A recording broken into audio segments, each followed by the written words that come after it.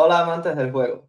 Tras las charlas que tuvimos con Camilo Esperanza y Javi Roldán, hoy nos llega José Jiménez para seguir charlando acerca de este apasionante mundo que amamos todos, que gira alrededor del balón. Como siempre, estas charlas las disfrutamos muchísimo y sabemos que también ustedes quienes están del otro lado de la pantalla lo hacen de igual forma. Nuestro objetivo siempre es charlar sobre el juego. Eso sí, no le prometemos ningún orden ni tampoco, porque aquí lo que va a primar es el caos y sobre el caos aplicado al fútbol también estaremos hablando, José. Así que solamente te vamos a pedir que te sientas como en casa, que Espacio Reducido te abre las puertas y que termines disfrutando muchísimo esta charla, como seguro estoy que haremos nosotros. Bienvenido. Muchas gracias, es un placer y bueno, son las mejores conversaciones, las que nacen de ese caos, que bueno, todo caos tiene un orden, así que seguro que será muy divertido. Como siempre, también nos acompaña Noriel Miguel. Hermano, un abrazo, bienvenido nuevamente a este episodio. Y como siempre, muchísimas ganas de desconectar de todo para charlar sobre el juego que siempre hace muchísimo bien. Sí, sin duda mucho y además un invitado muy especial. Contacté por él por Twitter, que bueno, que Twitter tiene muchas cosas malas, pero también tiene muchas cosas muy, muy buenas y bueno, a nosotros nos ha abierto un mundo de posibilidades y un mundo de aprendizaje en cuanto al fútbol, en cuanto al juego como tal. Y José, bueno, desde el primer momento siempre me transmitió esa sensación de ser un perfil muy, muy interesante y que vamos a aprender muchísimo. Así que, bueno, si quieres empezamos ya. Y José, es una pregunta que casi siempre hacemos aquí o intentamos hacerla aquí. Bueno, y también medio que tocamos ese tema la vez anterior que hablamos y te la lanzo lo más directo posible. ¿Cuánto aprende el entrenador de jugador? ¿Cuánto has aprendido tú de los jugadores que has tenido? Vale, claro, está la parte que yo creo que cuánto se está aprendiendo de ellos y luego mi opinión personal, ¿vale? Sí que creo que, al menos en el ámbito que yo me he movido hasta ahora, que es fútbol base, como le comentaba a Monchi hace nada, cuando nos estábamos presentando, que empecé desde muy abajo con chicos que tenían 9 10 años en un club pequeñito de barrio y he pasado por todas las etapas, todas las categorías del fútbol base de aquí, pero no conozco lo que sería el fútbol amateur, porque además, también como le comentaba, no llegué a jugar. A la que entré en ese fútbol amateur, como le decía, cometí el gran error de dejar de jugar y ponerme a entrenar, porque creo que, como dijo Lillo en su día, los entrenadores del perfil mío somos jugadores frustrados. Entonces, claro, ese ámbito no lo sé. De lo que yo veo, sí que veo que se aprende poco, muy poco de los jugadores. Se sigue teniendo una concepción muy cartesiana, muy de la antigua usanza, de la antigua enseñanza, de que es el entrenador el que va a dar la información al jugador, es él el que le va a dar el conocimiento, es él el que le va a enseñar a jugar a fútbol. Y como dice Aymar, que bueno, cada uno escoge sus musas, ¿no? Pues es uno de los que a mí me gusta mucho escuchar. Él dice que lo que ahora se hace simplemente es ponerle nombre lo que ya se ha hecho antes. Quizá darle más foco, un método, pero al final el fútbol sí que nace de ellos. Y yo personalmente, primero es donde más disfruto y segundo es donde creo más rico, donde más aprendo es de ellos. Es donde yo cojo la información de ellos. Dentro del proceso también de construcción de un modelo de juego, al final, uno como entrenador, dígase, por ejemplo, en el profesionalismo, al final existen otras premisas, digamos, otros tiempos de trabajo y también otros objetivos y por ende otros caminos para los cuales intentar llegar a lo que es eso, la construcción de un modelo de juego, la construcción de un equipo que también, digamos, lo acompañe el resultado, porque al final el resultado es algo que inherentemente viene vinculado también a cómo el equipo termine jugando, porque al final, bueno, no es obra de la suerte ni del azar, pero sin embargo, a la hora de construir un modelo de juego, imagino que como entrenador tengas tus ciertas premisas, tengas tus propias filosofías, ideas, pero qué tan variable o qué tan flexible puede llegar a ser cuando te enfrentas directamente con una plantilla, con diferentes perfiles de jugadores, con diferentes también niveles de jugadores, lecturas por parte de dichos jugadores. y hasta qué punto también dentro de esa flexibilidad que puede llegar a existir o no, me estarás comentando desde tu visión, desde tu perspectiva, se hace realmente bastante difícil lograr potenciar a todos dentro de un mismo once. Imagino que existan decisiones que siempre vayan más encaminadas hacia terminar potenciando algunos y dichas decisiones al final también terminan conllevando que quizás otros jugadores se terminen sintiendo más desnaturalizados, es decir, que tengan que abandonar, entre comillas, siempre parte de su esencia para terminar potenciando a ese otro. ¿Qué te trae, o sea, qué tan de acuerdo estás o no con esta reflexión? ¿Cómo vives o cómo convives con este tipo, digamos, de diseño y de pruebas de acierto y error al que el entrenador está sometido diariamente? Vale, a ver, yo creo que aquí hay dos perfiles, si lo quisiera ser muy reduccionista, que creo que no se debería ser, pero hay dos perfiles de entrenador, el que tiene su modelo, como tú lo has mencionado, ¿no? Su modelo cerrado, con su tipo de interacciones, movimientos, automatismos, ideas, perfiles de jugadores, etcétera, muy marcados, y luego a partir de ahí, pues evidentemente puede ser así y adaptarte mucho a tu perfil de jugadores, pero hay mucho perfil de este tipo de entrenador, desde de Chervi. Guardiola es mucho más plástico, creo yo, con lo que puedo ver desde fuera, pero también tiene ideas bastante marcadas y demás. O puede ser un entrenador que quizá no tiene un modelo de juego marcado, como es mi caso, pero sí puede tener una sensibilidad. Entonces, yo lo he planteado desde ya hace bastante tiempo hasta ahora. Sí que es verdad que ya el hecho de que yo tenga un gusto personal de juego y que hay un perfil de interacciones y de situaciones y relaciones de los jugadores que ya por gusto personal me gustan, al final acaban jugando mis equipos y fluctuando en un tipo de interacciones similares, que no iguales. Entonces, a partir de aquí sí que es verdad que teniendo yo una idea muy clara de qué perfil de interacciones me gusta que se acaben dando y qué tipo de intenciones, sobre todo, que yo hablo mucho de intenciones, qué tipo de intenciones quiero que mis equipos tengan en el juego, yo siempre la información, como te decía, lo intentaba hacer al revés. Mi proceso de entrenamiento desde un buen principio era establecer una red de comunicación entre los jugadores, tanto verbal como gestual, como de movimiento, es decir, gestemas y praxemas, y a partir de ahí que tengamos un canal de comunicación que nos entendamos todos, una intención, como te comentaba, general de cómo jugar, y planteándoles esas situaciones, yo entonces es cuando paso a observar y veo qué pasa con los jugadores. Luego es lo que tú dices, evidentemente, pues tienes que competir y por desgracia o no, el fútbol es así, no hay el proceso no existe, tienes que ganar desde el primer día, primero de todo para ganarte la autoridad y ganarte la confianza de tus mismos jugadores, y segundo para que tu proyecto pueda durar en el tiempo, ¿no? Entonces ya desde el primer día empieza a generarse una serie de roles dentro del equipo. Pero aquí hay otra cosa. Un equipo es un ser vivo, es un ente vivo, que todo ente vivo que no cambia tiende a morir. Entonces, si tu equipo, no le das esa posibilidad de cambio, de adaptabilidad, de variabilidad, acabará muriendo. Y por eso es muy importante que todos los jugadores puedan llegar a tener participación, buscar maneras de encajarlos, porque además, y precisamente ahora en la figura que estoy en una figura de metodología en el club donde trabajo, yo le digo muchas veces a ellos, el equipo que más te enfrentas durante toda la temporada es a ti mismo.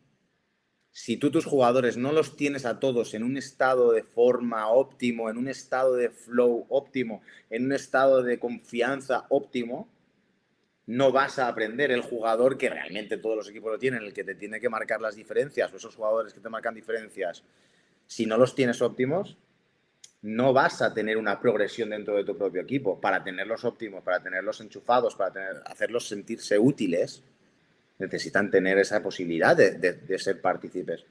Aunque, como dices, es inevitable que hay relaciones de calidad entre jugadores que son las que te interesa que recurrentemente se den. Entonces, yo sí que es verdad que lo planteo, ya acotando un poquito la respuesta, más desde la vertiente de tengo una sensibilidad, me gusta un perfil de juego, me gusta un perfil de fútbol, pero me adapto mucho a los jugadores que tengo y son ellos los que me van a decir las formas de reproducir esas intenciones que me gustan. Y luego intento que todo jugador se sienta partícipe y abierto al cambio de esas interacciones. Sí, has tocado desde que, bueno, desde que sabía que venía, yo creo que siempre tuve mucha ilusión también porque creo que tengo mucho en común contigo a la hora de ver el juego y sobre todo mencionaste dos cosas que para mí son innegociables y de hecho son las que más creo ahora mismo. Quizás hace 2 años te hubiera dicho otra cosa, pero ahora son las que más creo ahora mismo. Una, que son las intenciones y lo otro que es el ritmo. Y dentro de esa mezcla tan rica que forman ambas cosas, yo creo que me quedo con eso que tú dices, que comentas que los equipos tienen vida, ¿no? Y cuando los equipos tienen vida, yo creo que son capaces de aceptar cualquier cosa, ¿no? Muchas de las cosas que hacía Guardiola muchas veces que se le llamaban genialidad táctica, yo creo que estaban sobre todo sustentadas por un equipo con vida, un equipo que reconocía a cualquiera que fuera los movimientos como tal, ¿no? Y también te lo voy a juntar también con la parte bueno, que yo creo que como seguidor de Pablo Ismael, yo creo que también va a estar un poco en la línea también en ese sentido. Una frase que seguro escucharon en su momento de Matías Mana, que dijo que el futuro del juego estaba básicamente por intentar dominar un poco el caos, ¿no? Y yo no puedo estar más de acuerdo con esa frase. Pero mi pregunta va un poco en el sentido de tu visión como entrenador, cómo es esa comunicación, esa manera de transmitirle al jugador, sobre todo me parece que a nivel de entendimiento de las distintas situaciones que se pueden dar en esas situaciones de caos como tal. Bueno, al final sí que es verdad que el juego del fútbol, como dice también, evidentemente, Lillo, que el reglamento ya marca mucho de esas interacciones y el juego de fútbol es un juego situacional. Lo que sí que intento es que mis equipos tengan la posibilidad de interpretar, que para mí la frase tan manida del jugador que conoce el juego, que sabe del juego, que conoce el juego, que entiende el juego, creo que tiene que, como dice Óscar Cano, tiene que entenderse él mismo y reconocerse en el juego mucho más que entender un juego que realmente nace de ellos, pero sí que esa parte de reconocerse en el juego tiene mucho también que ver con el contexto en el que se está dando.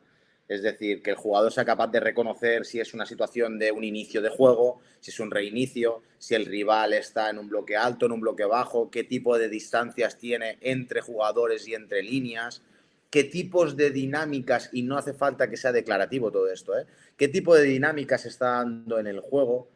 Al final, el mismo hecho de conocer el juego es el hecho de saber simplemente que si yo estoy dañando por dentro, seguramente se van a empezar a cerrar esas puertas y los espacios se van a empezar a dar por fuera. Si yo activo mucho banda derecha, se van a empezar a abrir otro tipo de espacios o no. Que ellos sean capaces de reconocer el compañero, qué es lo que puede llegar a aportar, qué es lo que él está aportando en el juego, si es capaz de atraer o no atraer jugadores, si quedándose quieto, moviéndose, se lleva o no se lleva jugadores, pero siempre desde lo que son ellos. Entonces yo lo que me dedico es en los entrenamientos, desde situaciones muy poco cerradas, relativamente abiertas, pero sí reconocibles para ellos, condicionar para que ellos puedan tener una manera de solucionarlo muy abierta y que el equipo me plantee y me muestre un poquito cómo soluciona esas situaciones. Por ponerte un ejemplo muy concreto, si yo quería hacer un trabajo de cómo atacar la espalda de esa línea de medios, pues a lo mejor he hecho una situación en la que hay un juego de progresión, tengo que progresar en el juego, hay 3 líneas que se enfrentan contra otras 3 líneas que se enfrentan, luego ya decides qué tipo de estructura, cantidad de jugadores, si quieres superioridad numérica, igualdad numérica o inferioridad, etcétera, y puedes decidir, por ejemplo, privar de defender ese espacio entre línea de medios y de defensas hasta que balón no entre, por decir una normativa muy tonta, ¿no? Y simplemente planteo eso. Y me he llegado a encontrar situaciones de que ellos empiezan a buscar medios para encontrar esos espacios y de golpe porrazo el equipo que también está defendiendo empieza a encontrar otros medios defensivos tácticos para al final, y hablando en plata, joderte la tarea, porque el jugador va a joderte la tarea. Y aparte a mí me encanta, yo creo que cuando haces los típicos jueguitos estos de socioafectivos, y el equipo te hace trampas. Cuando yo cojo un equipo y el equipo hace trampas, yo siempre digo a mi cuerpo técnico, vamos bien porque son creativos. Entonces empiezan a hacer trampas y como no es cerrado, mi objetivo no es qué movimientos, qué maneras o qué medios vamos a hacer para encontrar ese espacio. Solo para eso empezamos a encontrar otras ventajas. Entonces, todo el rato o todo el entrenamiento es plantear estas situaciones. Y luego mezclar este con este con este. ¿Qué pasa si estos dos los pongo juntos? Y si los pongo un poco más separados. Y quiero trabajar defensa de la profundidad, por ejemplo. Pues pongo a los 3 jugadores arriba que mejor atacan la profundidad y en su mismo equipo uno que lanza muy bien a esos jugadores a la profundidad. Y lo bonito es que empieza a pasar, puedo trabajar mi línea defensiva, mis jugadores defensivos para esa defensa a la profundidad, y el equipo que está atacando a la profundidad de repente empieza a percibir que tú les puedes ayudar, porque hay veces que les cuesta también, ¿eh? Pero de decir, hostia, ya no tengo espacio a la espalda, ¿ahora qué? Y a mí me gusta atacar la profundidad. Pues vamos a ver, ¿qué nos interesa volver a sacar la línea para volver a generar espacio? Vamos a ver cómo eres capaz de desarrollarte con una línea defensiva baja. A lo mejor no sois vosotros que tenéis que picar y son los segundos o los terceros jugadores. Entonces, ese tipo de situaciones son las que yo me gusta promover con los equipos. Me alegra mucho que hayas dicho esto de que los jugadores vienen a romperte las tareas porque es algo que vivo diariamente. Y me alegra muchísimo porque tengo planificado porque al final llegas con eso mismo, estructura, cantidad de jugadores, la reglamentación que al final termina condicionando bastante el qué hacer de ellos.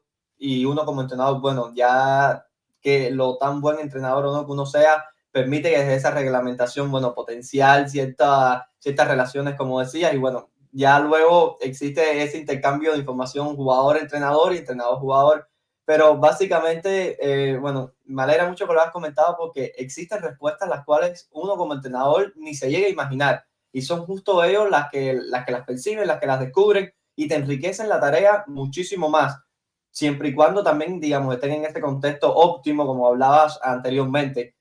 A mí me llama mucho la atención porque creo que me permite relacionarlo con uno de los primeros partidos del Fútbol Club Barcelona en Champions este año frente a Newcastle. Gordon, el jugador de Newcastle, hablando sobre Pedri y Frankie de Jong, decía que les hizo muy difícil presionarlo porque no existían patrones prácticamente. Iban tejiendo juego, amasando la bola, no jugando uno o dos toques como quizás si se encuentran en la Premier League, que es un fútbol, entre comillas, podríamos decir un tanto más esquematizado, donde en medio campo en muchas ocasiones llega a ser más una zona de transición que de gestación. Y cómo hasta cierto punto uno como entrenador puede construir ciertos planes de partidos para enfrentarse a estos equipos con estas clases de jugadores que de por sí van improvisando el plan en el buen sentido de la palabra, y cómo desde la otra parte uno como entrenador es capaz de gestionar a estos jugadores que terminan encontrando muchísimas más rutas de las que uno es capaz de diseñar o de preparar anteriormente, porque justo son eso, son el fútbol humanizado. Sí, al final sí que es verdad que este año habría que analizarlo bien, estar bien dentro. Es difícil a lo mejor desde fuera de hacer un diagnóstico real de qué le pasa a Barça este año. Ahí estaba más cerca de lo que era el año pasado y yo me acuerdo que el año pasado repetía mucho que qué dolor de muelas tenía que ser para la gran mayoría de analistas analizar a ese Barça, porque no había secuencias establecidas, no había automatismo ninguno, era todo interacción, era todo fluir, era todo... Los mapas de calor tendrían que ser una locura a nivel, porque es que era fútbol muy puro y ahí ese inicio de temporada se dio.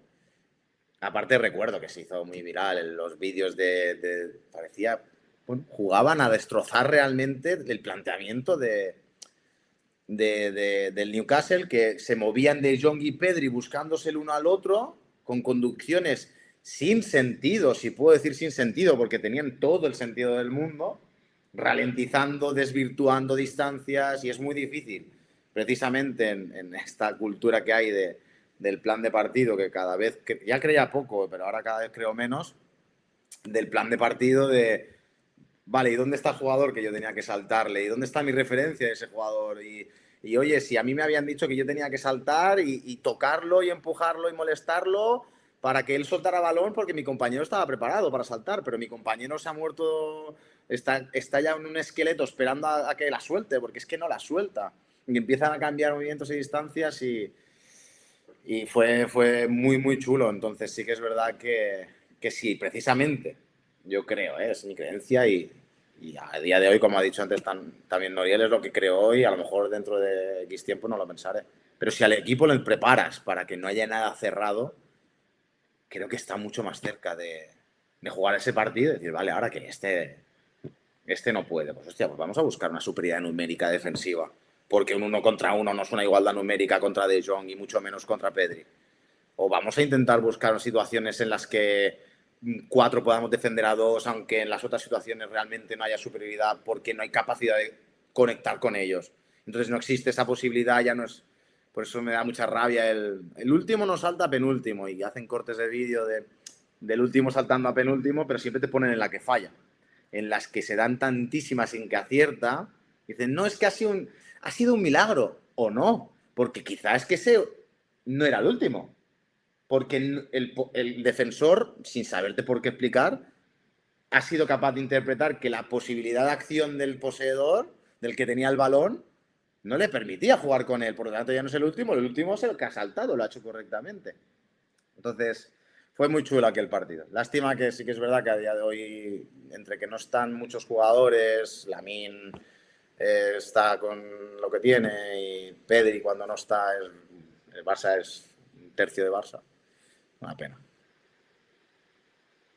Sí, no, y sobre todo porque o sea, yo tengo mi pequeña contradicción, aunque entiendo el fondo del asunto y la cuestión, estoy de acuerdo en que dentro en el fútbol está como que todo inventado, ¿no? Desde hace mucho tiempo, pero es que yo creo que como que cada jugador, sobre todo ese tipo de jugador, es un mundo aparte, y un mundo aparte con un mundo de jugadas también aparte y un mundo de opciones que ellos mismos van explorando que simplemente te abre un montón de posibilidades que uno como entrenador o como analista o lo que sea no puede estigmatizarla de ninguna manera porque es imposible.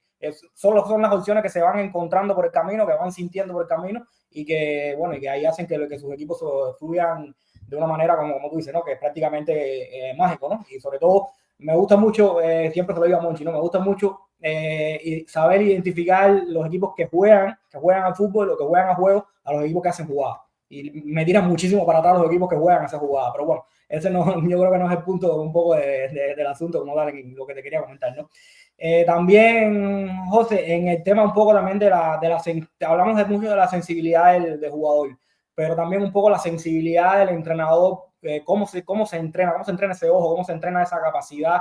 Yo entiendo o intuyo que sea también cosa de los años, de la experiencia, de ir viendo más y más jugadores dentro de tu equipo, en los equipos ajenos y como tal. Pero me intriga mucho esa capacidad que tienen los entrenadores. Sé que tú la tienes porque nada más escucharte hablar, se nota que la tienes. Esa capacidad que puede tener el entrenador para entrenar también el ojo a la hora de visualizar relaciones futuras, visualizar sociedades futuras, visualizar incluso problemas que se pueden dar en el futuro también, porque no solo todo es positivo.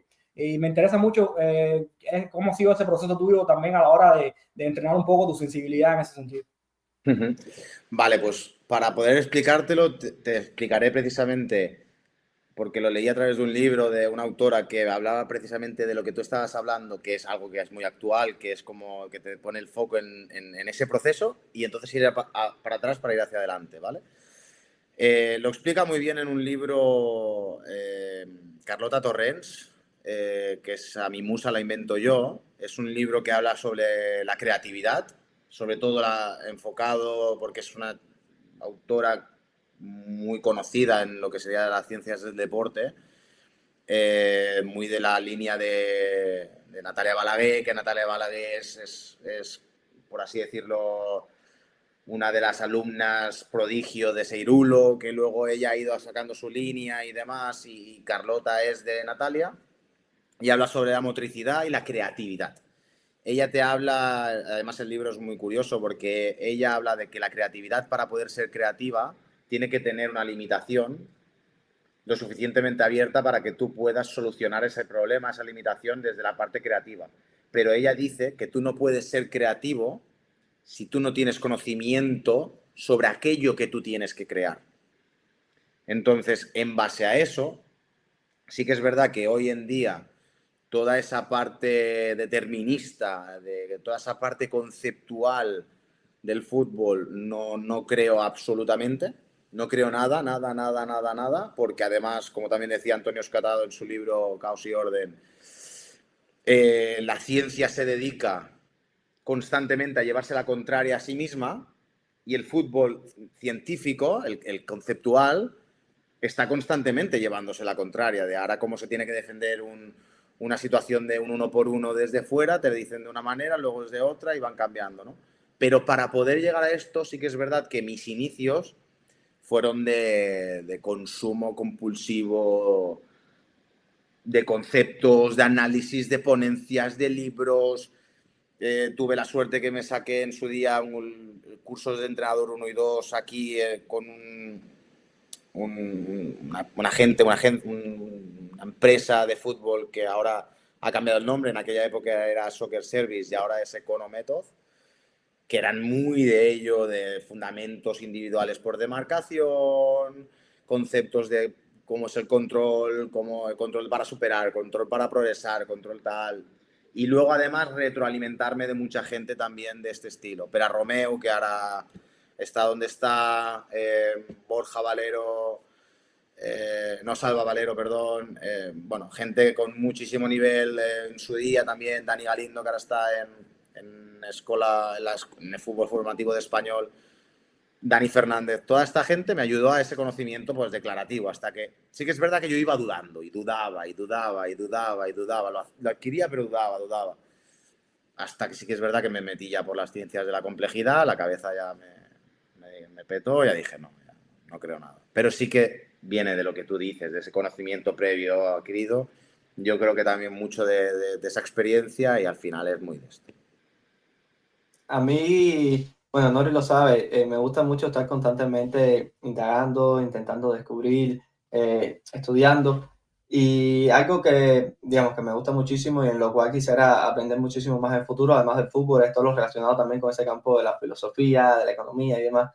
Y estudiando esto, he ido descubriendo cada vez más a intentar entender al ser humano desde el punto de vista de que es un ser totalmente impredecible y al final no existen comportamientos replicables, porque al final somos seres que estamos en constante cambio. Y dichos cambios al final nos conllevan también a, como decía Nori, hoy pienso una cosa que quizás hace 2 años no pensaba, y lo mismo pienso yo, y yo siempre, bueno, lo comentaba hace unos días con Nori acerca también de Roberto de Servi, yo soy de Serbiano, pero hace 2 años quizás para mí su palabra era ley, y hoy juzgo, o sea, critico su palabra, sigue sabiendo y valorándolo como la persona que más me ha hecho también a nivel de entrenador replantearme el juego. Pero ya lo miro hoy desde otra perspectiva, porque al final ese constante cambio, como seguro él mismo se mira cuando mira hacia atrás y termina en esa, digamos, en ese prueba y error, en esa destrucción creativa que también venías comentando. Y al final, bueno, eso conlleva a que se venga a dar esa cierta evolución. Y, por ejemplo, algo que yo añoro muchísimo y que, o sea, desearía poder convivir un poco más en esos contextos. Al final estás en una ciudad en la que imagino que el fútbol no solo se respire, sino que se hable constantemente, llegar a cualquier lado y tener personas vinculadas a lo del juego te permite estar constantemente charlando sobre ello y constantemente, digamos, sumando nuevas ideas. Aquí nosotros, lamentablemente, salvo en estos momentos que justo los creamos también para esto, no vivimos eso en nuestro día a día y bueno, es algo que añoro. Nos pasamos el día hablando tú y yo, ¿no? Es una cosa que es enfermito casi, pero bueno, le entiendo. Bueno, pero me refiero a lo que es, digamos, con extraños, por así decirlo. Al final nosotros sí, diariamente es comunicándonos sobre el juego y también lo hacemos como, es una excusa que buscamos también para intentar desconectar de todo. Y te quería preguntar, porque hace poco se da también por así decirlo, una situación con Luis Enrique, ya no estando en el primer tiempo en el banquillo, sino mirando el partido desde las gradas. Yo particularmente tengo mi criterio respecto a ello, sobre todo porque hoy que los staffs son tan grandes, para ello creo que está el analista, pero he encontrado personas que tienen otro tipo de criterio, entrenadores que quizás les gusta ver más allá arriba. Scaloni, cuando se le preguntó si siempre con esa sutileza y esa humildad que tiene a la hora también de, con, digamos, esa capacidad de esquivar también las respuestas y de decirlo todo sin decir prácticamente nada, confesó desde ese perfil de entrenador que es, que él prefiere estar más cerquita de lo que es, digamos, la raya, estar más cerca de sus jugadores, porque cree que desde ahí puede terminar ayudándolos más. Sin embargo, en el partido también frente al Bayern de Múnich se ve Luis Enrique en la, digamos, en las gradas mirando juegos. ¿Qué crees acerca de esto? ¿Qué le ves positivo y negativo y por cuál optas más? A ver, bueno, primero de todo, admiro muchísimo a Luis Enrique, pero creo que lo admiro por mucho menos de lo que lo admira la gente, que es por el hecho de lo que transmite él a nivel de gestión de grupo, de naturalidad, de autenticidad, de energía, de carácter, de superación. Por eso creo que sus equipos también son así. Creo que bastante en el hecho de que los jugadores, bueno, los equipos son espejo de entrenadores, pero como te decía antes, también cada uno escoge sus musas, ¿no? A quién te crees más. Y yo soy muchísimo más de Scaloni, tanto por lo que dice como por su idea. Y al final también cuando me siento a ver los equipos, partiendo de la base de que los equipos de Luis Enrique son muy divertidos, ¿eh? Pueden ser muy divertidos, pero yo veo la Argentina de Scaloni y me habla mucho más de lo que yo percibo, lo veo mucho más genuino, mucho más, bueno, de lo que a mí me acaba llamando, ¿no? Por lo tanto, la respuesta prácticamente te la he dado. Sí que yo creo que a lo mejor el valor que puede llegar a tener un entrenador a pie de campo, en esos niveles en el cual no te escuchan. Te puede escuchar el que lo tienes al lado, pero el de allí no te escucha, es imposible prácticamente. O muy difícil, y más en campos en los que animen mucho. Que esté, que no esté, no sé si puede llegar a tener valor. Con el objetivo de Luis Enrique de estar allá arriba y seguir manejando a los jugadores porque él quiere tenerlo todo controlado, como ha dicho mil veces. Al final, yo lo que dice es calor. Ah, sí, luego Y, va, me lo dice el analista, yo se lo digo al jugador y el jugador me dice, no, mister, no, lo que está pasando otra cosa, no es eso. Sí, el espacio parece que está ahí, pero no está. Lo que decíamos del último, no, sí, el último es aquel teóricamente en la pizarra parado en la foto, en el fotograma, pero en la posibilidad real de llegar a él no es el último. Ese no es y una superioridad numérica. José, qué curioso, porque dando esta respuesta de que comentas que quizás en estadios, digamos, con el sonido prácticamente el entrenador no puede intervenir directamente, justo Luis Enrique se le asocia en algunas ocasiones como que está tratando de intervenir en el juego más, o al menos trata de comunicarlo, ya luego hay que ver, pero al menos trata de comunicar desde el juego que quiere ser un entrenador mucho más intervencionista. Pero se está prácticamente también como que alejando un poco del juego. Quizás porque tácticamente quiere ver otras cosas, pero se está alejando de esa intervención directa sobre el entrenador, sobre el jugador, disculpa. O sea que me parece ser un poco curioso, no había pensado en ello. Sí, también es verdad que Luis Enrique, como uno de los mejores entrenadores del mundo que es y una persona extra inteligente que ya se le ve, claro, tiene en el cuerpo técnico a uno que precisamente es, yo creo, completamente lo opuesto, que vive mucho de esa ciencia de la complejidad que es Rafa Pol. Seguramente, como él es ya de por sí, vivirá una constante pelea entre él mismo de sus dos ideas, de la parte en la que él quiere intervenir mucho, la parte en la que no. Un día sale diciendo que ojalá tener un mando para darle carambrazos al jugador si no salta, y al día siguiente te está diciendo que no, que eso lo dijo en su momento, pero que a día de hoy todo cambia y que es mentira y que luego el jugador tiene que jugar. Un día insiste en el trabajo y al día siguiente te sale diciendo que la mejor manera es descansar. Pero luego al verano siguiente se queja de que no han podido entrenar. Luis Enrique es eso. Entonces, bueno, no sé por qué se quiere subir, pero yo creo que va un poco por su lado de querer manejarlo en todo. Que es lícito, ¿eh? Y mal no le ha ido, precisamente. Y no, y sobre todo porque yo creo que también que esos entrenadores que están a ese nivel tan alto también, yo creo que tienen también un poder de la comunicación y ellos lo saben. Ellos saben que su palabra pesa muchísimo. Y yo siempre pongo la misma anécdota porque es una que me gusta mucho, que es la famosa entrevista de 90 minutos con Pep Guardiola, que se creo que sentaba en un sofá con 3-4 periodistas, y Guardiola se pone a hablar en esa entrevista se pone a hablar de los famosos espacios indefendibles, de esos cuadrados, esas situaciones de jugadores rompiendo sobre el intervalo. Y a raíz de eso yo creo que hubo una furia de entrenadores intentando encontrar esos espacios indefendibles, que yo creo que para mí Guardiola lo hizo, simplemente lo hace a la red, ¿no? ¿Por qué? Porque en primera no utilizó más esos espacios indefendibles, más nunca atacó esa zona. No. Y en segunda, los que atacaban esa zona eran David Silva y Kevin De Bruyne. Es un poco como mismo ahora con Luis Enrique, ¿no? Que Luis Enrique sí, está muy bien el tema de tener todo controlado, pero no es lo mismo intentar moverla, como dices tú, ¿no? Mover las fichitas con jugadores que tienen un 95% de posibilidades de aceptar en el pase, o un 99% de hacerte bien la trayectoria, que hacerlo con otro tipo de jugadores, ¿no? Entonces por eso yo creo que ahí hay un poco también de desfase, y que ellos saben que tienen el poder ese de la comunicación, ¿no? Porque a mí sí me chocaba muchísimo el tema de que cuántos entrenadores tratando de imitar cosas que no son imitables, simplemente no son imitables. Sí, estoy completamente de acuerdo. Yo me acuerdo que cuando salió en aquel momento, y aún siguen, ¿eh? Allí no sé, pero aquí no para todo el mundo, venga a picar ese espacio, venga a picar ese espacio. Y a veces porque sí, sin ningún sentido, quitándole espacio a extremos, jugadores a pierna cambiada picando ahí, que dices, pero si es que le va a llegar el balón ahí y lo que va a pasar después no va a tener ningún tipo de valor. Pero sí que se hizo increíble. Y luego, aparte, sí salió él, creo, ¿no? A posteriori diciendo, ostras, lo dije, pero bueno, es que se magnificó mucho, es que indefendible no hay nada. Y bueno, pues ya no existen, ¿no?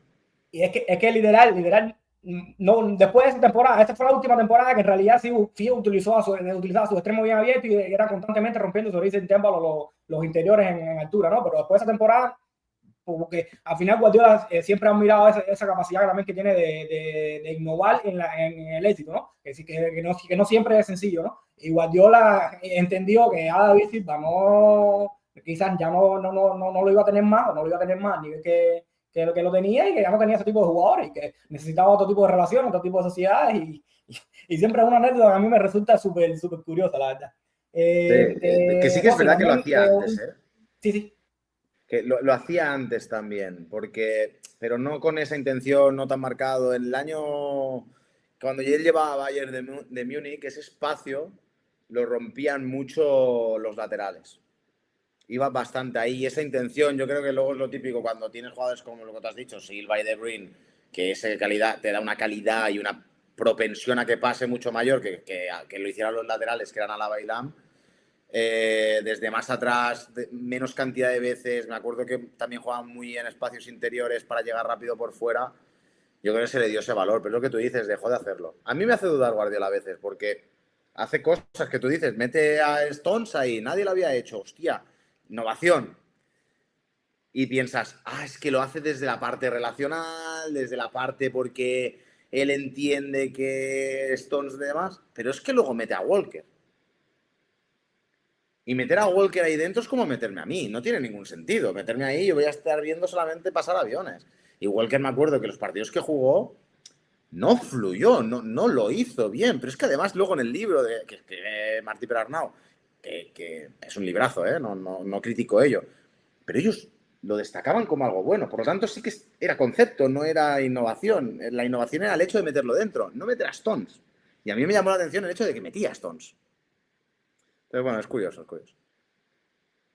Exactamente, porque no es lo mismo meterla al Toro, meterla a Zinchenko que meterla a Walker, ¿no? Y yo creo que al final con Guardiola también pasó que eso que te comentaba anteriormente, ¿no? Que se magnificaba todo lo que hacía un poco porque tenía un equipo que tenía vida, que fluía, a veces más, a veces menos, pero era un equipo. Siempre había una de esas, digamos que esa coordinación como tal, y entonces todo, como que el modelo de juego terminaba asumiendo, mejor o peor, pero terminaba asumiendo de manera natural un poco todo lo que terminaba haciendo, ¿no? Pero obviamente yo creo que lo de Walker y alguna que otra más que no había por dónde cogerlo, yo creo también.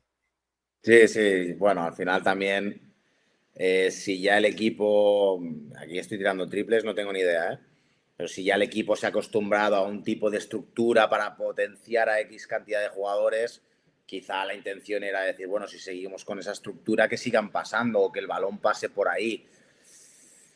Y no acaba dándose. Yo creo que bien, él es bastante también por lo que yo percibo, de automatizar bastante. La única época en que los vi moverse mucho, casualmente, era cuando estaba Lillo de segundo.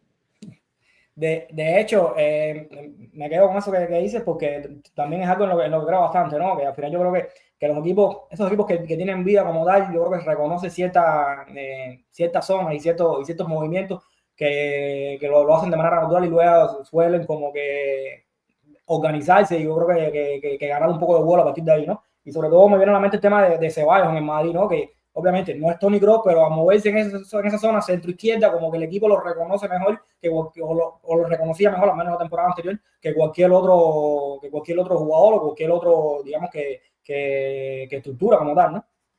Sí, sí que es verdad que hubo un antes y un después de Toni Kroos en el Madrid, en el que precisamente se antojaba más dramática que la bajada de rendimiento, porque fue más bajada de rendimiento primero que marcharse de Luka Modric, porque Toni Kroos era muy conector de todo el mundo, de todos los procesos, y luego evidentemente cuando se juntaba con Luka Modric, yo sí que aparte me es muy curioso porque lo pones mucho por Twitter, ensalzas la figura de Ancelotti.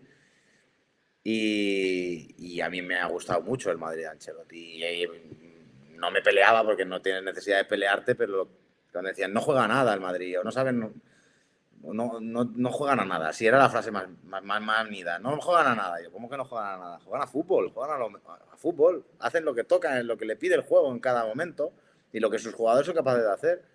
Y es un equipo que es capaz de estar sufriendo 30 minutos, la coge Kroos y está tranquilo. Entonces, Yo le decía a Nori sí que...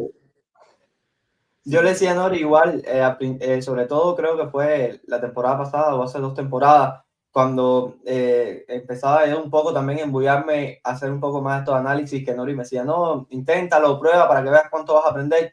Y yo le decía, pero es que se me hace muy difícil analizar a Real Madrid y Ancelotti. Y yo le decía, no sé por dónde tomarlo, se me hace difícil. Y hoy como entrenador, lo que menos deseo en un rival es eso. Y lo que más desearía, que pensaría quien me está analizando mi equipo es eso, que no sepa por dónde descifrarme. Sí, sí. Mira, eso creo que también lo dijo Cano, que decía que el objetivo de un equipo es ser reconocible para uno mismo e indescifrable para el rival. Y es que el Madrid lo tenía. Y ahora el año pasado el Barça de Flick tenía eso. Y luego hay otros equipos que a lo mejor no, o otros entrenadores que no pueden tener tanta solera porque no han entrenado a equipos de tal nivel, pero Pellegrini, Valverde, hay ese perfil de entrenadores también que permiten ese fluir, que evidentemente luego tienen sus patrones y tienen sus intenciones marcadas, pero la forma de expresarlos viene más de ellos, ¿no?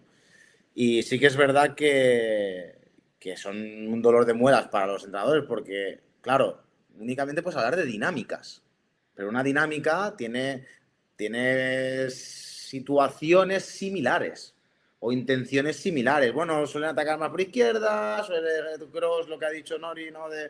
Se venía ese sector centro-izquierdo, venía bajito, traía gente con pases cortos y luego te eliminaba a todos con un cambio de orientación o una filtrada, y si no era capaz de activarte la espalda del lateral con Vinicius que te rompía, desde simplemente su presencia ahí. Pero tú no podías interpretar, porque un día te machacaba a filtradas, otro día te machacaba a cambios de orientación. El sistema era Modric, era Kroos ahí, que se metía ahí y pasaban cosas. Y era muy difícil de analizar, pero a mí me gustaba y me sigue gustando, ¿eh? No, y yo siempre se lo he dicho a Monchi, Ancelotti es de mis entrenadores favoritos, un poco por lo que tú comentaste también anteriormente, ¿no? Porque es el entrenador que más me ha hecho a mí replantearme cosas. Yo creo que pasé un poco como por ese proceso que pasaste tú lo pasaste como entrenador, yo lo he pasado desde otra perspectiva muy alejada de eso, pero bueno, lo pasé igual de primero comerme un poco, tratar de tratar de entender todo, de ver demasiado de ver partido, de leer, de hacer toda esa formación inicial, pero luego como decía, ¿no? Me empecé a plantear una serie de cosas que yo creo que han dado atrás que ve el fútbol de la manera que lo veo hoy, ¿no? No sé si bien o mal, pero de la manera que lo veo hoy. Y Ancelotti a mí fue el entrenador que más me ha cambiado la perspectiva de las cosas, ¿no? Y yo creo que sobre todo por un tema de que es un entrenador que es algo que valoro mucho en los equipos, de que siempre va a favor de la lógica del juego. Y que parece sencillo, pero luego no lo es. Luego vemos un montón de equipos que no lo hacen. Y pongo el ejemplo, por ejemplo, de la final de la Champions contra el Liverpool de Klopp, que es un equipo que presionando te mataba, que te robaba balones arriba una barbaridad, y el plan de partido de Ancelotti, al menos en esos 45 minutos iniciales, fue balonazo largo de Courtois arriba. Esto es ir a favor de la lógica del juego. ¿Por qué? Porque al final, si tu rival lo que mejor hace es robarte arriba y tú no le das esos balones, esas situaciones de robo, al final lo termina frustrando, ¿no? Y ya vuelvo cuando lo termina frustrando, los jugadores que tenía como que empiezan a entender un poco el partido, también la parte emocional del Liverpool, esa frustración, y ya te empiezan a aparecer Kroos, te empieza a aparecer Modric, pero no es ir al plan de inicial o al plan principal de un inicio, ¿no? Sino es ir a favor de la lógica del juego y también jugar con la parte emocional que me parece fundamental también un poco en este deporte, ¿no?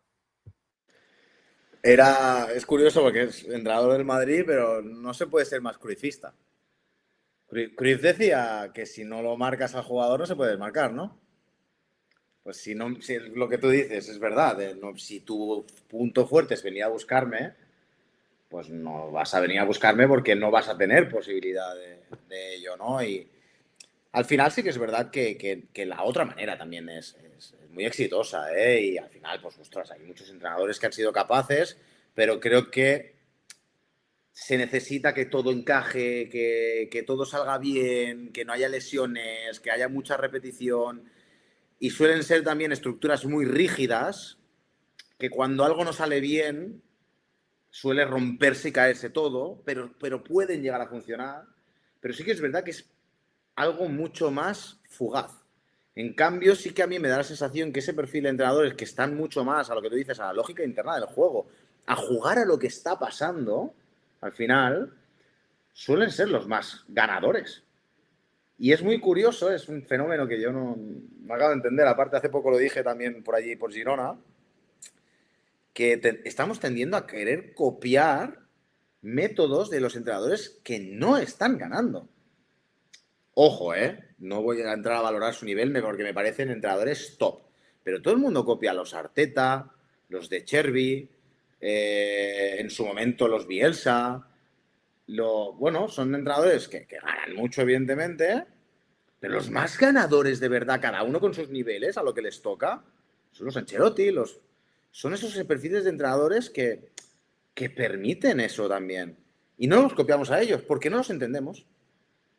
Porque se quita valor a ellos. Porque ellos le dan el valor al jugador. Ellos son los que dicen, si es que el protagonista eres tú. Y nos olvidamos de que al final, para mí, que aparte lo ha dicho Monchi antes, que me ha parecido, es que para mí es el cambio, el gran cambio, y es que el fútbol tiene muy poco de ciencia y tiene mucho de humano, de humanístico, mucho. Entonces son humanos, la gestión de personas, el que esa persona se sienta útil, se sienta valorada, se sienta querida, se sienta satisfecha, que tenga realización en lo que esté haciendo, que tenga esa sensación de progreso, que se quieran entre ellos. O sea, es muy bonita la frase que decía Ancelotti, ¿no? De puedes enfadarte con Ancelotti, entrenador, pero no te enfades con Carlo. Esa gestión humana de las personas, del grupo, ese yo te doy el valor a ti, que tú eres el jugador, lo que dijo Modric de estar ahí en el vestuario bostezando y que le venga a Modric, mister, ¿qué tienes sueño? Y dice, sí, estoy aburrido, salir y entretenerme.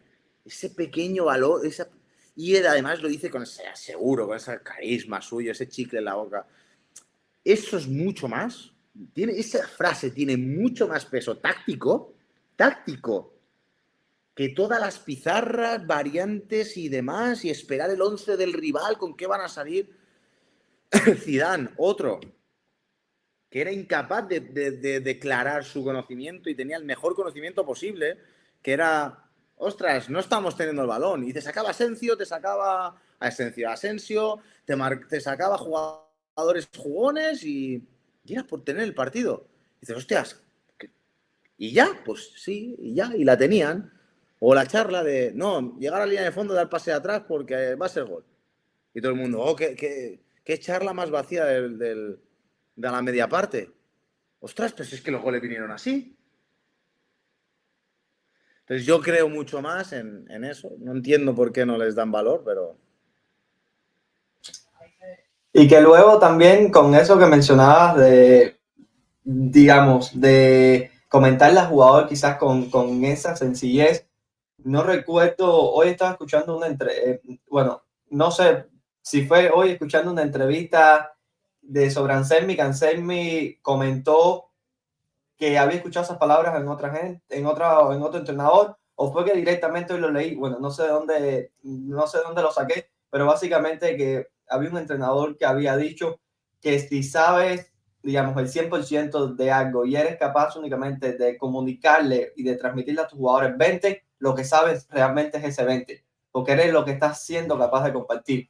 Y a veces uno como entrenador cae, o sea, yo sí estoy a favor de a la hora de conocer conceptos y demás, porque creo que entre personas, digamos, entre entrenadores, entre analistas, te ayuda a simplificar información en el sentido de que te puedes comunicar, son como que atajos, leyendas, pero ya luego el jugador no está en ese proceso de formación, su fútbol es otro, se entiende desde otra perspectiva, se juega desde otra perspectiva y quizás esa comunicación más sencilla es la más eficaz para él, porque simplemente le está resumiendo en una oración lo que quizás él previamente había intuido, pero necesitaba esa confirmación tuya como entrenador, o porque quizás no estaba siendo capaz de encontrar esos atajos, o su compañero no estaba siendo capaz de encontrar esos atajos, y de ahí ya van a partir dichas relaciones. Y esta argumentación me da el traste para hacerte una pregunta, y sobre todo desde la parte metodológica.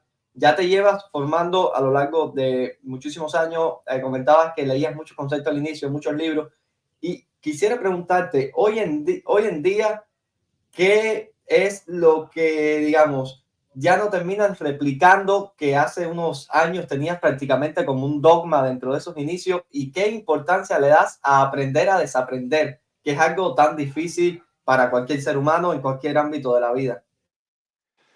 Yo, aparte fue como un retorno a mis inicios. Yo al principio sí que hacía pues tareas quizá pues sencillas a priori, muchas veces desde fuera pueden parecer muy sencillas porque no tienen mucha normativa, no tienen mucha parafernalia, ni mucho chino, no sé cómo lo llamáis allí, los conos estos bajos, Conitos, los zetas. conitos, En pues zetas le no llaman ponemos las zetas, sí. setitas, no pongo muchas cosas de eso, puede parecer sencilla, y era muy así, y yo evolucioné a lo que era un dogma para mí, mucha normativa, muy cerrado, paraba muchísimo a explicar y demás, y ahora en cambio pasé a intentar dirigir mientras estaban jugando. ¿Y qué decir? Es decir, lo que dice también Rafa Pol, ¿no? De si tuviese más tiempo te escribía una carta más corta para ser muy conciso en eso que está diciendo. Y a lo mejor la mejor corrección táctica es que estén jugando y llamar al jugador y hacerle así. O decirle te quiero. O ir allí o celebrar el gol, o celebrar la acción y darle un abrazo. Y eso ya está. Y de parar muy poco el entrenamiento y dejar que jueguen y escuchar la pelota y es que aparte yo disfruto viéndolos jugar. Es decir, el mejor entrenamiento que yo he visto en mi vida, mío, fue un entrenamiento hace 2 temporadas que entrené la que sería la sub-17 del Club de Fútbol DAM. Fue un año maravilloso, maravilloso. Al final se nos escapó la liga las últimas 2 jornadas. Íbamos líderes y demás con un equipo de que nosotros éramos sub-17 y nos enfrentábamos a sub-19. Y bueno, me acuerdo que mi segundo, al cabo de un tiempo, me dijo, qué pena se nos escapara la liga. Y yo, menos mal que no se nos escapó la liga. Porque yo lo que recuerdo era aquel entrenamiento que hicimos, ¿sabes? Los típicos triangulares de viernes en el que hay 2 equipos jugando y uno por fuera. yo los ponía de comodines porque si el gol venía de pase de ellos y el remate era de primeras, valía doble. Y hacíamos como competiciones entre ellos de que cada día el que ganaba, a la semana siguiente repetía y los otros dos los mezclaba y era el rival a batir y tenían que pagar multa el segundo y el tercero de cada viernes. Pues ese viernes les dio por hacer el fútbol más callejero que he visto en mi vida. Tacones, sombreros, caños, y empezaron a comunicarse entre ellos disfrutando. ¡Oh, madre mía! ¡Vaya caños! ¡Sí, hombre! Empezaron a decir eso, pero parecía jolgorio y parecía una fiesta aquello, pero estaban entrenando a un nivel, se veía unas cosas y acabaron con un golazo en el que los tres equipos fueron a celebrarlo, menos el que le hicieron el sombrero y pasó de largo y el portero que se quedó en el suelo así. Todos los demás a celebrarlo. Y el cuerpo técnico así. Para mí eso tenía mucho más valor. Y aquello yo no era capaz de hacerlo. Pasé a disfrutarlos a ellos. Entonces eso para mí ha sido el gran cambio. El pasar a disfrutar de los jugadores, a acordarme de ellos, a verlos, no sé, es lo que a mí ahora me he pegado el cambio. Bueno, hablando de disfrutar, José, hemos disfrutado nosotros muchísimo esta charla aquí contigo, la verdad. Te voy a lanzar la última, bueno, está un poco mezclada, ¿no? Pero ya para ir terminando, bueno, que Monchi tiene que irse a entrenar y agradecerte porque sé que es muy tarde allá en España, bueno, no queremos demorarte más.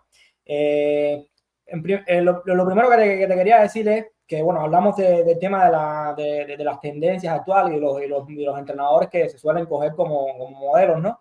Y bueno, a mí siempre me resulta curioso el por qué Scaloni, ¿por qué, en tu opinión, Scaloni no se ha cogido como ese modelo como tal, ¿no? Porque al final se suelen coger los equipos que ganan mucho. Argentina ha ganado muchísimo en estos últimos en este último siglo, ¿no? En el siglo de Scaloni como tal, ¿no? Entonces, por ahí va un poco mi pregunta, ¿no? ¿Por qué crees que se sigue manteniendo, digamos, que otras tendencias, al menos en Europa, se siguen manteniendo otras tendencias y no se mira tanto a ese perfil como Scaloni, como lo fue el mismo Ancelotti? Yo estoy un poco de acuerdo en lo que tú dices, ¿no? Que yo creo que al final pasa un poco porque no se entiende, ¿no? Porque no se busca la manera tampoco también de entenderlo. Incluso porque es más difícil entenderlo, ¿no? Yo creo que al final es un poco la sensibilidad de todos, ¿no? Porque es algo que siempre se lo digo mucho, sobre todo, ¿no? Que tú puedes aprender 1000 conceptos diferentes y recitarlo de arriba abajo e incluso identificarlo de arriba abajo cuando estás viendo una situación de juego X, ¿no? Pero esa sensibilidad de notar lo realmente importante, yo creo que es lo que marca la tendencia, ¿no? Y quizás por eso creo que quizás a Ancelotti y a Scaloni no se ha logrado replicar como tal, ¿no? Pero a pesar de tener esa opinión, me resulta súper raro. ¿Por qué? Porque siempre es verdad que a lo largo de la historia los equipos que ganan suelen marcar tendencias como tal, ¿no? Y bueno, la última pregunta, que más que una pregunta es una petición como tal, es que, bueno, antes de despedirte, ¿qué consejo le puedes dar a una persona como Monchi, a un entrenador como Monchi que está empezando ahora mismo y que es muy joven? Vale, en relación a la primera pregunta, al final también más o menos la respuesta también la has sacado tú. Yo creo que al final los equipos que se están intentando copiar más tienen patrones mucho más cerrados, mucho más marcados, más repetitivos en el tiempo, son más fáciles de identificar, por lo tanto de reproducir. Aunque aún así son entrenadores de élite con un nivelazo increíble, unos cuerpos técnicos increíbles y unos jugadores muy buenos, y ya dentro de ese patrón suelen tener la variabilidad justa para que pueda ser eficiente, pero es muy reconocible. Tú ves un equipo de Scaloni, lo veías de Zidane, lo veías de Ancelotti, ahora el año pasado de Flick y demás. No hay patrones establecidos, sí que hay tendencias en el juego, y cuando no es algo que tú puedes copiar, porque tú no vas a tener esos jugadores, no va a darse esas situaciones, no vas a tener esos rivales que también, porque el rival también te permite y te bloquea, y no es tan fácil y requiere un conocimiento muy diferente, mucho menos declarativo, mucho más intuitivo, mucho más de olfato, de incertidumbre, vivir en la incertidumbre, que eso al entrenador común le da un miedo terrible, creo que por eso no lo copian. Y además se les suele dar la estela de gestores de grupo, analistas, hay analistas, alineadores, que es que claro, con esos jugadores, no es que han ganado los jugadores, entonces se les quita mérito para también justificar ostras, sí, claro, porque tiene que ser difícil yo me imagino, ¿no? ¿Y por qué no copio a este? No, porque no es tan bueno. Es que yo soy más táctico. Bueno, vale. Yo creo que va un poquito por ahí los tiros. Y en relación a Monchi, claro, estamos hablando de que yo voy a dar una perspectiva muy mía, muy subjetiva, ¿no? Muy de lo que yo viví, pero evidentemente que es lo que repite todo el mundo y es una realidad, que es ver mucho fútbol, escuchar, leer mucha también de táctica, porque como tú dices también te entrena mucho el ojo. Yo te recomiendo que, depende también de tu salud mental, te metas en todo lo que tiene que ver con las ciencias de la complejidad, empezando evidentemente relacionadas con el deporte, y luego si te quieres acabar expandiendo mucho, te va a venir bien, al menos mínimo para conocer las dos vías y luego acabar decidiendo. También por mi forma de verlo y por lo que precisamente coincide con ese perfil de entrenadores, que tampoco te obsesiones con dedicarle horas y horas y horas y horas, porque creo que el entrenador tiene que estar fresco también mentalmente. Como dijo en su día Pellegrini, el que solo sabe de fútbol no sabe de nada. No sabe ni de fútbol ni de nada, dijo algo así. Que te des también tiempo para eso, pero sobre todo eso, que veas mucho fútbol, leas mucho fútbol, que también le des a las ciencias de la complejidad y que entrenes. Al final es como se aprende. Entrenar, entrenar, entrenar, equivocarte, equivocarte, equivocarte. Hablar con mucho entrenador, porque al final también nos lleva también lo que dice la gente de nosotros, ¿no? Lo que dice más de... Lo que dice de Juan de Carlos, dice más de Carlos que de Juan. ¿No? Pues lo que digan de ti también ayuda mucho. Es lo único que te puedo aconsejar de alguien que tampoco está... Sí, estoy trabajando en una cantera, pero que tampoco estoy en esos niveles. Ojalá que me lo digan a mí como llegar tan arriba. Yo siempre me gusta comentar, o sea, a mí me gusta escuchar mucho consejos. La gente dice, no, yo no, la gente cuando uno le pide un consejo dice, no, yo prefiero no dar consejos. No, bueno, a mí sí me gusta oír mucho, pero al final, si la persona, sobre todo desde el otro lado, te aprecia, siempre va a tratar desde su perspectiva, desde esa subjetividad que tenemos como seres humanos, de intentar transmitirte. Y al final yo siempre comento una frase que no sé de quién tomé, pero que la llevo conmigo siempre, que al final la vida es muy corta como para no aprender de los errores o las equivocaciones de quienes te rodean. Si esperas equivocarte tú, vas a vivir todo el tiempo equivocándote, porque motivos para equivocarse hay muchísimos. Así que siempre termino apreciando muchísimo esto. Y cuando me comentabas acerca de lo de las ciencias de la complejidad, me vino a la mente, y se lo he comentado a Nori, un profesor que yo estoy ya este mes finalizo la licencia A de Conmebol en AFA, y ya el año que viene iría para la Pro. Y siempre le he dicho a Nori que en estos 3 años, sí, sobre todo me ha marcado un profesor, es Sebastián Di Costa. No sé si lo conozcas, que es el profesor que me da las clases de neurociencia, pero comenta mucho acerca de esta escuela con Rafa Paul, acerca de esto de ciencias de la complejidad, los tipos de entrenamientos más conductistas, menos conductistas, el caos dentro de ese orden, el cómo intervenir en la tarea sin la necesidad de hablar, sino propio con la reglamentación que ya se están dando entonces los contextos para buscar ese tipo de interrelaciones. Y siempre se lo digo a Nori, es la clase que más disfruté y la que más he disfrutado, porque realmente te lleva a eso, a entender o intentar entender un poco más a ese humano que está del otro lado, y a uno también como entrenadora a vivir en esa constante competencia con uno mismo. Nori, disculpa, porque creo que ibas a apretar el micrófono para charlar largo y te interrumpí. Bueno, yo por mi parte, ya para ir despidiendo, Nori, y te voy a ceder también ya la palabra, José, agradecerte muchísimo porque has estado por acá. No piensen quienes están del otro lado de la pantalla que es repetitivo, pero siempre cuando decimos que disfrutamos es porque disfrutamos de verdad con quienes terminamos trayendo acá, y sobre todo las puertas siempre van a estar abiertas porque personas como ustedes que están siempre interesados en charlar sobre el juego y que tienen esa naturalidad tan grande y ese deseo de compartir información, yo creo que se debe valorar muchísimo. No todo el mundo está dispuesto a compartir lo que conoce, porque al final los conocimientos hay quienes lo guardan con muchísimo recelo, pero siempre personas como tú que están dispuestos a compartir y a charlar sobre juegos son más que bienvenidas en este espacio y sobre todo eso, agradecerte por la hora, por el deseo de venir y ahora te paso con Nori también para que pueda dedicarte unas palabras antes de charlar y discúlpame que en la introducción se me olvidó cuando te estés despidiendo, luego que Nori comente, José, que te pase la palabra, que comentes dónde estás a día de hoy y demás, que era parte de la introducción, pero como te decíamos, todo es un poco de caos que al final no te terminamos presentando como lo que eres y en qué te desempeñas hoy. Vale, perfecto. No, yo suscribo 100% lo que dice Monchi. Como decía, ¿no? 1 hora y 5 minutos, pero que la disfruté muchísimo y que desde el primer momento se lo comenté, ¿no? A Monchi, las ganas, el interés que tenía en traerte por acá, porque en primera, es el formato que más cariño le tenemos a nosotros dentro del proyecto, desde que lo creamos hace unos 2-3 años, ahí un poco hemos ido creciendo un poco a los golpes, como quien dice, ¿no? Paso a paso.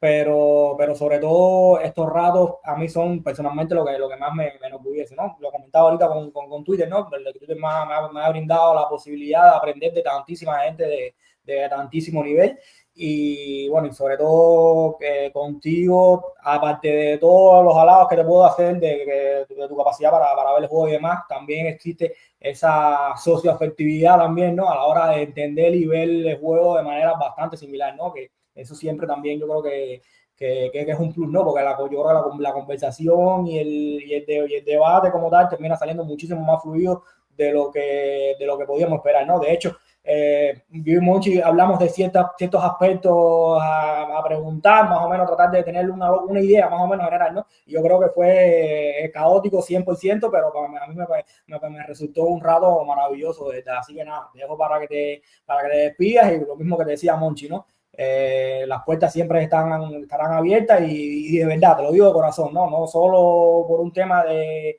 que estés enfrente aquí o no, de que estés en la grabación como tal, sino que de verdad valoraríamos muchísimo que te volvieras a pasar por aquí. Bueno, ya dependerá de tu disponibilidad y de horario, porque tampoco queremos molestar mucho, pero de verdad que un rato maravilloso, de verdad.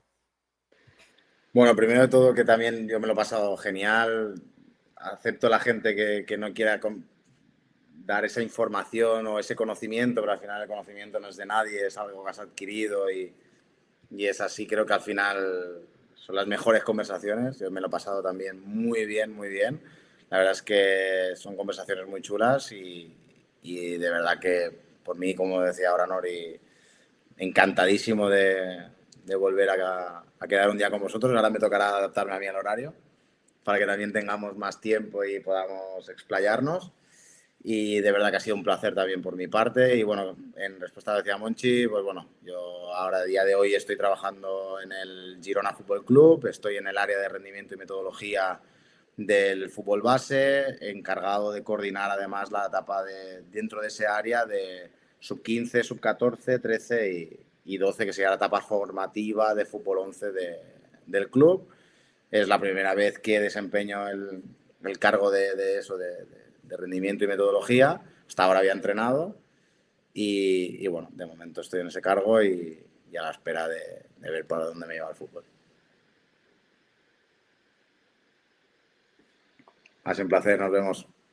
Vamos, gracias.